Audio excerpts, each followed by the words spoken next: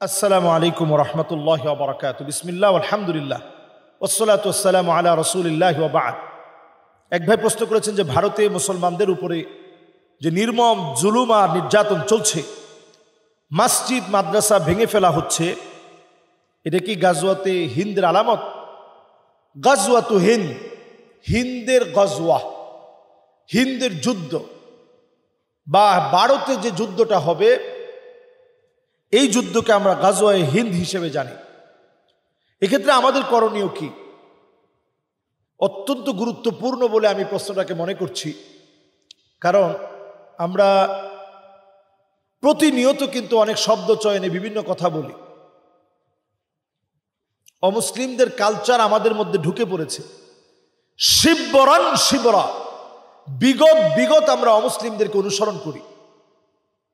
অথচ আপনি একটু বিবেক দিয়ে চিন্তা করেন, তারা আমাদের বোনদের হিজাব টেনে খুলে ফেলছে, আমাদের মসজিদগুলায় তারা তালা মেরে দিচ্ছে। নামাজের এরকম দৃশ্য দেখেছি যে নামাজরত অবস্থায় লাথি মারছে আমাদের পার্শ্ববর্তী দেশে, এবং দেখা যাচ্ছে সেখানে জুমার নামাজ পড়ে বের হচ্ছে, কাতার দড়িয়ে মুসলমানদেরকে পেটানো হচ্ছে। আমাদের 500-600 বছরের ঐতিহ্যবাহী মসজিদ তারা তাদের মন্দির বলে দখল করে তারা চালিয়ে দিচ্ছে, রাম মন্দির বানাচ্ছে, জ্ঞানবাবী মসজিদ তারা দখল করে নিয়েছে।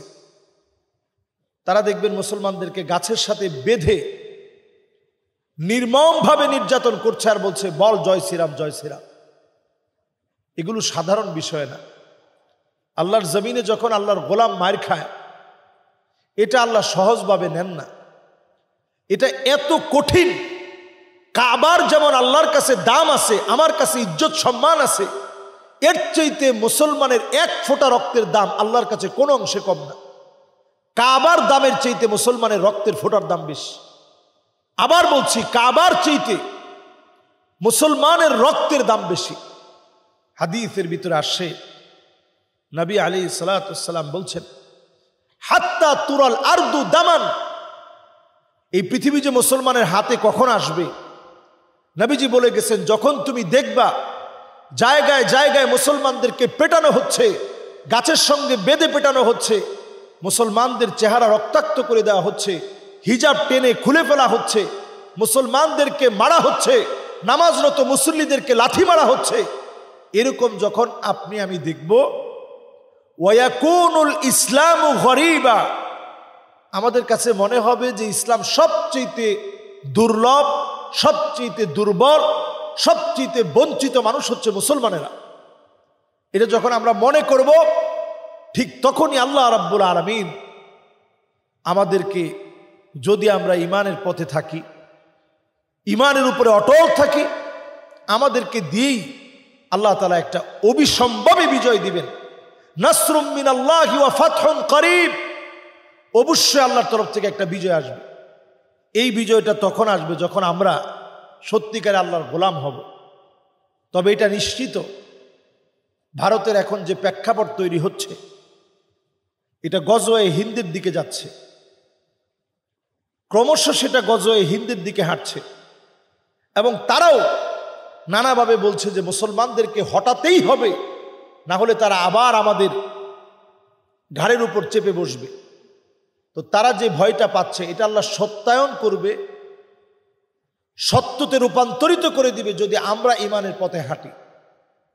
এজন্য আমাদের ইমানের দাবি হচ্ছে আজকে আমাদের মুসলিম ভাইদের ব্যাপারে অন্তত কথা বলা, তাদের পাশে দাঁড়ানোর চেষ্টা করা, নানাভাবে যার যে জায়গা থেকে সুযোগ আছে প্রতিবাদের জ্বর উঠানো।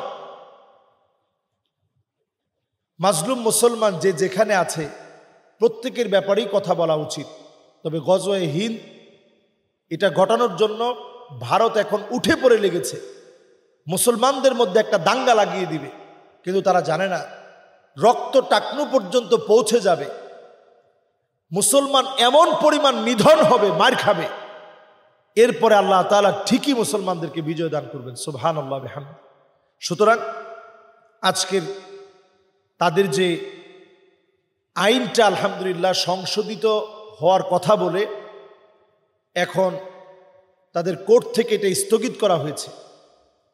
ওয়াকফ সম্পর্কিত আইন এখন স্থগিত করা হয়েছে, অনতিবিলম্বে এটা যেন সংশোধিত করা হয়।